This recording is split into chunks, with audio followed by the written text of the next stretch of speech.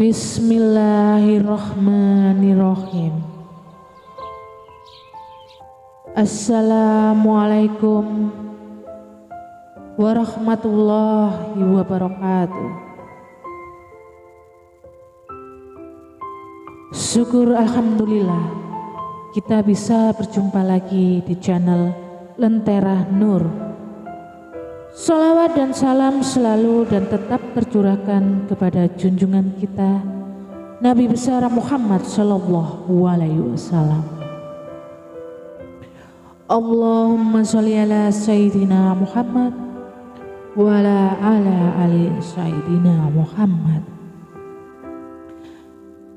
Harapan dan doa saya semoga saudaraku sekalian semuanya yang berada di sini selalu diberikan kesehatan, dilapangkan rezekinya, diampuni dosa-dosanya, dan dipanjangkan umurnya. Amin amin ya rabbal alamin. Sahabat beriman yang dirahmati Allah, sholat merupakan salah satu ibadah yang harus dikerjakan setiap hari untuk mendekatkan diri menghadap kepada Allah Subhanahu wa Ta'ala. Karena barang siapa yang melakukan sholat dengan ikhlas, maka Allah akan memasukkannya ke dalam surga. Dan barang siapa yang tidak melakukannya, akan masuk ke dalam neraka. Tetapi di sini ada juga yang melakukan sholat hampir puluhan tahun, tetapi dia masuk neraka. Kenapa? Ada salah satu seorang ulama yang bernama Abu bin Hasim yang setiap harinya selalu melakukan sholat 5 waktu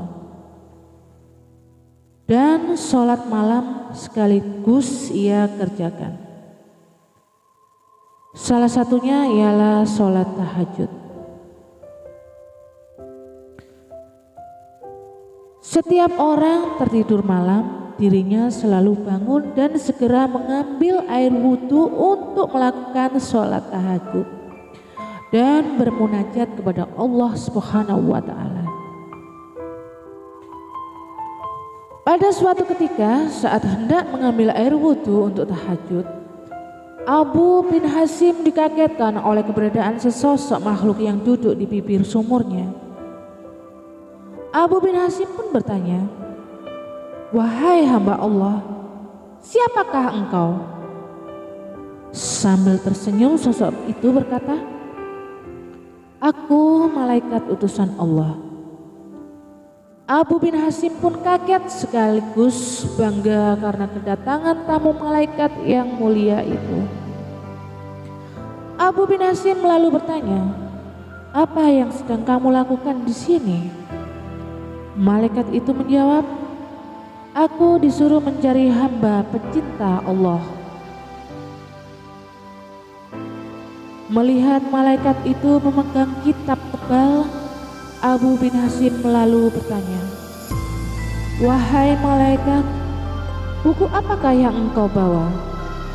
Malaikat menjawab, "Ini adalah kumpulan nama-nama pencinta Allah." Mendengar jawaban malaikat itu, Abu bin Hasim berharap dalam hatinya namanya ada di situ. Maka ditanyalah malaikat itu, "Wahai malaikat, apakah ada namaku di situ?" Abu bin Hasim berasumsi bahwa namanya ada di dalam buku itu. Mengingat amalan ibadahnya yang tidak kenal putusnya, selalu mengerjakan sholat tahajud setiap malam, berdoa dan bermunajat kepada Allah Subhanahu wa Ta'ala di sepertiga malam. "Baiklah, aku buka," kata malaikat sambil membuka kitab besarnya. Ternyata malaikat itu tidak menemukan nama Abu bin Hasim di dalamnya. Karena tidak percaya, Abu bin Hasim pun meminta malaikat mencarinya sekali lagi. "Betul, namamu tidak ada di dalam buku ini," kata malaikat. Abu bin Hasim pun gemetar dan jatuh tersungkur di depan malaikat. Dia menangis. "Jadinya rugi sekali diriku yang selalu tegak berdiri di setiap malam dalam tahajud dan bermunajat. Tetapi namaku tidak masuk dalam golongan para hamba pencinta Allah," kata Abu bin Hasim sambil menangis. Melihat itu, malaikat berkata, "Wahai Abu bin Hasim, bukan aku tidak tahu engkau bangun setiap malam ketika yang lain sedang tidur. Engkau mengambil air wudhu dan kedinginan pada saat orang lain terlelap dalam buayan malam. Tapi tanganku dilarang Allah menulis namamu. Apakah gerangan yang menjadi penyebabnya?" tanya Abu bin Hasim kepada malaikat. "Engkau memang bermunajat kepada Allah, tetapi engkau memamerkan dengan rasa bangga kemana-mana dan asik beribadah memikirkan dirimu sendiri. Di kanan kirimu ada orang sakit atau lapar.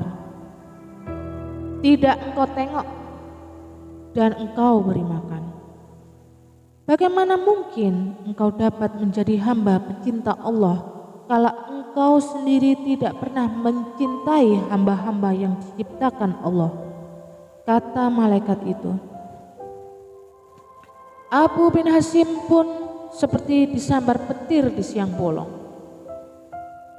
Dia tersadar bahwa hubungan ibadah manusia tidaklah hanya kepada Allah semata, tetapi juga bersama dengan manusia dan kepada alam. Sahabat beriman yang dirahmati oleh Allah, ternyata ibadah serajin apapun, kalau niat memamerkan, niat dianggap manusia tidak peduli dengan kesusahan yang melanda di sekitarnya, maka akan dibenci oleh Allah Subhanahu wa ta'ala. Malah banyak dalam kisah dan hadis Rasulullah bahwa serajin apapun ibadah, kalau Anda kekenyangan penuh harta, tetangga Anda kelaparan dan kesusahan, maka Anda akan masuk neraka. Semoga kita mendapatkan hikmah dari pelajaran yang sangat berharga ini. Perbaikilah niat, janganlah Anda rajin melakukan ibadah hanya untuk dilihat, hanya untuk memamerkan bahwa Anda itu orang yang rajin ibadah. Janganlah Anda beribadah hanya karena hadiah surga semata, tapi lakukanlah segala sesuatu ibadah itu murni karena Allah Subhanahu wa ta'ala. Demikian yang bisa saya bagikan. Semoga bermanfaat untuk kita semua. Amin amin ya rabbal alamin. Assalamualaikum warahmatullahi wabarakatuh.